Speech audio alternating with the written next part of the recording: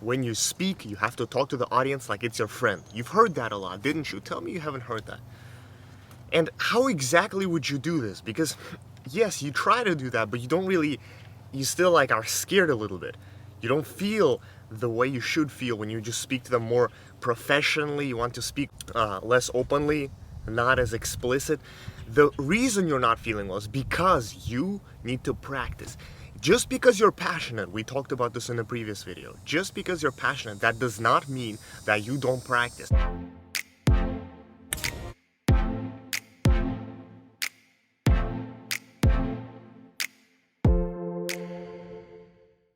Think about it. Do you think presidents, before they give some speech that they're passionate about, let's say Teddy Roosevelt, or let's say, I don't know, no, that was a little too far back, excuse me.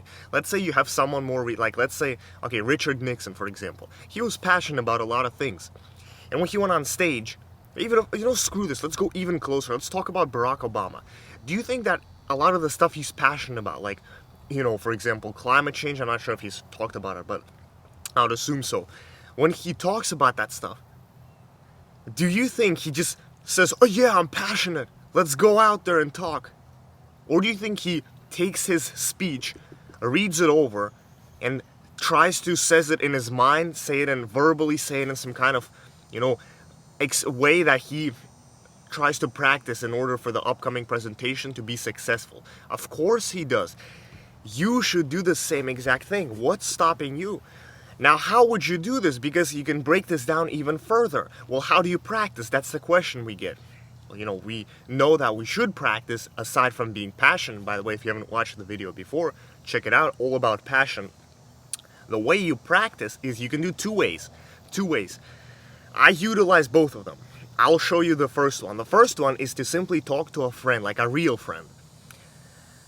Get a friend that you are friends with. Now, here's where a lot of you guys are probably not gonna appreciate me, and you're gonna say, some of you might lose your friends, some of you might be disappointed in your friends, but a real friend, he will give you criticism straight to your face, because that is a masculine virtue of success. If he, I'll give you an example. If he thinks that your speech is horrible, he will tell you that flat out. Your mothers won't do that. Your mothers would say, well, honey, it's okay, because they just love you unconditionally. Your fathers, your coaches, those are the people who actually will criticize you. But there's a big problem with your moms not criticizing you. You don't grow. You don't grow. You will grow if you get criticized. How do you think Khabib Nurmagomedov? How do you think Conor McGregor? How do you think, other MMA fighters, any single fighter you ask, did you get criticism? You'll say, yes, my jab wasn't as good. My uppercut wasn't as good. My ability to move backwards wasn't as good. I got criticized. I improved that skill. And you have to be fearless. You have to be brave in order to do this. I improved that skill. And now, I'm better than I used to be. By a mile. How did I do this myself? I talked to a friend a little bit before this. I was discussing, the YouTube. I was discussing the reviews. He looked at them. He looked at some of them. Now, this is a good friend. I have two friends. I have a group chat. I call it the lounge, where me and my closest, brotherhood friends hang out. I know hundreds of friends. There's hundreds of friends who I know. Two are in that chat, not including me. Two. One of those friends, I get him, I ask his opinion. What do you think, bro? He watched a few videos. He said, bro, honestly, it kind of sucks. You need to improve your line of reasoning. I could have said, oh, screw you, bro. You suck. Yeah, you know how hard it is, No. That's not how you're gonna grow. Yes, I didn't feel the best, but feelings are temporary. I said, okay, I get that. I took that advice, and I've improved my skills in YouTube. Easy. Next, you can easily do this by just doing what I'm doing right now. What am I doing right now? I'm recording a video. When you record yourself speaking, speaking especially, you probably look like a clown too if you first record. No offense, I'm kidding. but mainly it's speaking. If you speak on a video, I guarantee you will find ums and ums. Do this right now for a second. Do this right now. Do this right now, actionable step. There we go. Either after this video or right now. Go ahead and record yourself talking about your day. Talk about your schedule. Talk about something that you've done today. Go over your morning routine. Speak for 5 minutes. Who cares? Don't say like, I woke up, I went to the gym, and then I slept, and then I ate. Unless that's your actual day, but that's kind of sad, bro. Come on, you gotta be a little more than that. Come on, you gotta spice things up a little. Do that, and then what you should do, look at your video. And you know what I guarantee you? I guarantee you that you will find an or an un in a 5-minute video. Just 5 minutes, you'll find ums and You'll find multiple, in fact. You know why? Because I find them still in my videos. And I've been trying to do this, for a good while. I'm not an expert, but I've been trying to do this as much as I can. I've been practicing public speaking a long time. Now, how do you get rid of these ums and ums? There's a tip for you. The way you can get rid of these ums and ums is to get comfortable with silence. Silence. Notice I've been using a little bit of silence in this video. That silence that I've been using, I could have replaced by, next we have this, so I could have done that. But that just makes you look horrible. That doesn't make you look good. We'll get in this topic a little bit further. But silence, you have to get comfortable. Don't be scared to just simply be quiet for a little bit. Don't be scared. It's perfectly okay. It's perfectly reasonable. Perfectly reasonable. Just calm down. It will give you more emphasis on your words. It will make you sound, those speakers that you want to lean in, the guys who speak quietly, you want to lean in to hear what they say because it's usually so good, versus the guy who's always like, yeah, we gotta do this, and let's do this, yeah. You want to be like that first guy who people lean into. Literally, people look at you and they lean into you just to hear what you're gonna say. Silence is a huge key. In here, to dive deeper, there's something known as the 3 P's of speech. What does that mean? Really cool concept. Passion, practice, and presence. Passion we discussed in the previous video. Practice we've just discussed. Now let's go ahead and discuss presence. What is presence? Well, presence is the way you appear on the stage or on your talk, wherever you're doing this. It does not matter. School, college, job setting. If you're giving a presentation anywhere, you need presence. There's a lot of stuff that goes into it. But I want to talk about the technical. Let's go ahead and dive deep. So we have 4 things, which is pitch, rate, volume, and pause. 4 things. Let's start by talking about, rate. So rate, all of them help you emphasize. Rate helps you emphasize, for example, how fast you talk. So that's the speed at which you talk, faster or slower. Now, with rate, what happens is, usually, there's a trick that a lot of people use. Now, this was not spoken a lot about. When you look at somebody, and they're presenting, they use, look at me, I'm using my hand right now. I'm using some movement. You see my mouth moving, right? Well, you should see my mouth moving, unless, I'm sorry, if you're blind, and you're not seeing me right now, my bad. But for everybody else, you're looking at me. You're looking at what I'm gonna say. You're reading my mouth. That's because I can talk a little bit faster.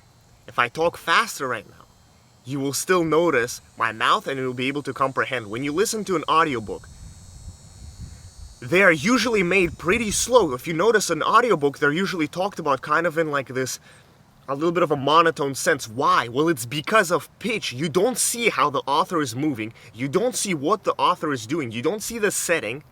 You don't see any visual. You just hear this voice. So in that instance, the pitch has to go down. The rate has to go down. The rate goes down, so you speak slower when you're recording an audiobook. Now, obviously, there's people who like to listen to them faster, but you wouldn't get the same effect. You wouldn't understand it as much. Now, you might be saying, no, I understand them. Yeah, no, you don't. You understand better, and that's a proven experiment. People have been proven to understand better someone who's speaking at the same rate and moving versus someone just speaking at the same rate and nobody sees him. people understand the visuals a lot better as you're speaking. So when you speak, again, use gestures. As we'll get, we already talked about this in the previous video, but gestures are super important. Let's talk about volume. Volume is pretty self-explanatory, that's the loudness. So to emphasize, you can be like, yeah, like get your deep voice activated, bro. But that's a good thing. So use your volume to project key phrases. Then we have pitch, which is how high or how low you talk. So, inflections, you can be like, if it's something scary, a lot of, stories use this. Like Little Red Hood is like, hello guys. Well, it's probably a little more feminine. Like, it's not that bad, but it's like for the big bad wolf, it would be like, hey, I'm gonna eat you. Oh yeah, like, so stuff like that. And then you have finally, which is you have the pauses, which I've already talked about. My biggest problem, probably yours too, it's when I speak too fast and too loud. I talk too fast, which is something I need to work on. That's a big thing. Now, that doesn't mean I'm a bad speaker. That just necessarily, again, one of those criticisms thingies. I have to think about it. The reason it's bad is because imagine you're sitting with some girl, and she's like, we have to do this, and I was trying to do this. Yeah, I know what you mean. Yeah, that's what I talk about. Yeah, I know that place. Yeah, that's such a good place. We go there. We always do this stuff. Not the best scenario to be in, right? It's another piece we got to work on. Now, despite slowing down in your speeches, you should not take away one thing. Don't take away your gestures. Keep your gestures. Now, you might say, well, I feel kind of awkward. When you try to present stuff, you present stuff and then you just use gestures. And then you're like, well, maybe I shouldn't do this. But then what happens is you have to use your gestures a little bit more naturally. Don't make it seem like you're just... But, excuse me, you have to use them more naturally. Don't make it seem like you're trying to use them. Make them flow. Don't be like, oh, I gotta say this, that means I gotta go up. No. Just let your hands fly. Notice my hand, I'm talking. Simple stuff. You just go here, there, you're kind of trying to emphasize stuff. When you're speaking a little louder, that's the only thing you can do, for example. Like if you speak louder, use a little bit more broader gestures. That's it. Don't overcomplicate them. Simple. And tell me this. You might say, well, I feel awkward. What if people are gonna say you talk with your hands, like that thing now where you're like, yeah, you talk with your hands. No, I don't like you. Who says that stuff? Is it some chumps that tell you that? I was at the gym, I'll tell you. Literally today, I was at the gym. And there was a guy, like, classic mushroom head dude. Like his freaking cut with like the puffy hair, bro, the half afro, I don't know what they're called. And so he was trying to like get with this chick. They were flirting. You know how they were flirting? They were talking about Drake's new album. They were discussing, I don't even remember the songs. This girl, absolutely depolarized. She has like the most masculine essence I've ever seen. Like she's sitting there, she's like, yeah, I like this. Well, her voice wasn't deep, but her attitude, everything about her was extra masculine. Very not attractive, at least for me personally. I don't know what this guy was thinking either. He's like discussing, I think it was called Bad Bunny or something. It was like some song from Drake, and they're like, yeah, this song is the only one I like. The other is just complete garbage. It was dog stuff. And I'm like, looking at her. And it was this bearded, like, lumberjack, redneck motherfucker there, too. We're just looking at each other like, God damn, bro, like, what is this, bro? What is happening? And so, this girl is, like, trying to yell at this guy. This guy's scared, and he's like, yeah, he's, like, always brushing his hair. I'm like, these are the people who criticize you. Do you even care what they think? There's millions of other people. Why do you care about those people? What they say? Yes, you talk with your hands. They don't know that the fact that people who are more intellectual, who have a higher IQ, it's proven. People who have a higher IQ, they talk with their hands because they need to unleash their mental capacity. That's a study, you can search it up. They don't know that stuff. They think you're just retarded. Well, let them think. The other people, the wiser people, who the people we want to associate with, they will think different. Again, keep it super simple. Don't overuse your gestures. But make sure that you emphasize your stuff. And another bigger thing, aside from gestures, that can improve you, is, guess, you know what it is? It's sitting up straight. Yeah, don't move. Did I catch you? You slouched. I hope I caught you. Straight, stand up straight. Stand up straight. Now you straighten up. Now it's better. So, once you fix your posture, then there's another thing that comes after gestures. It's called annoying habits. Let me give you this term. Annoying habits. What are annoying habits? That's fidgeting, that's jingling, and that's tapping. These don't teach your audience anything new. In fact, it annoys your audience. It makes them feel more repulsed. When you speak to somebody, it really makes you feel like you don't have control of yourself. It doesn't make, even in the 40 Laws of Power, Robert Greene, he writes, never seem to rush, never seem to rush, always be patient, never seem like you're in a hurry. That makes it look like you are losing control over a situation. Here it's the same thing in speaking. You have to be more present, you have to be more calm. Sit straight, use gestures, but don't use any excessive tapping or none of that stuff. Please don't, because again, like, not good. Another tip is you can also leave the camera frame. It will help your audience move attention. Like I guess attention grabber for you guys is like this thingy. It like moves around like here, there. So it keeps your attention. And so what I could do, or in a presentation, you could move around. You can go, behind. You can go off the screen for a second. A lot of TED speakers use that. Look at TED. They would walk off the stage sometimes. Sometimes they would go back. And sometimes you would like not go back. I'm sorry, there's a spider. Excuse me, there was a spider. He was getting too close to the camera. I don't want you to see like nude spiders, because that's not good. Let's talk about diluting. So you can delude yourself. It's healthy sometimes. I think positively diluting yourself, that is a healthy thing to do, especially for young people, young men. Why not like power poses? Let's talk about that. On the topic, of straightening up. Power poses, they make you appear bigger.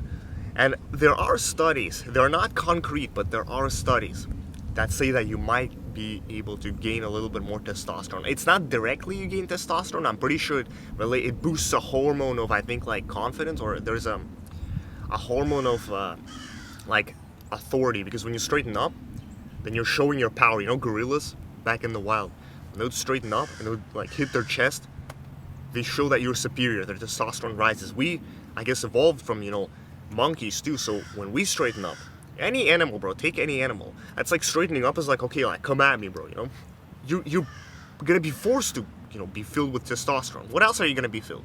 Estrogen? You stand up, just get like fatter, get more estrogen? No, that doesn't make any sense. Logically it makes sense, so why not believe it? If it works, it works.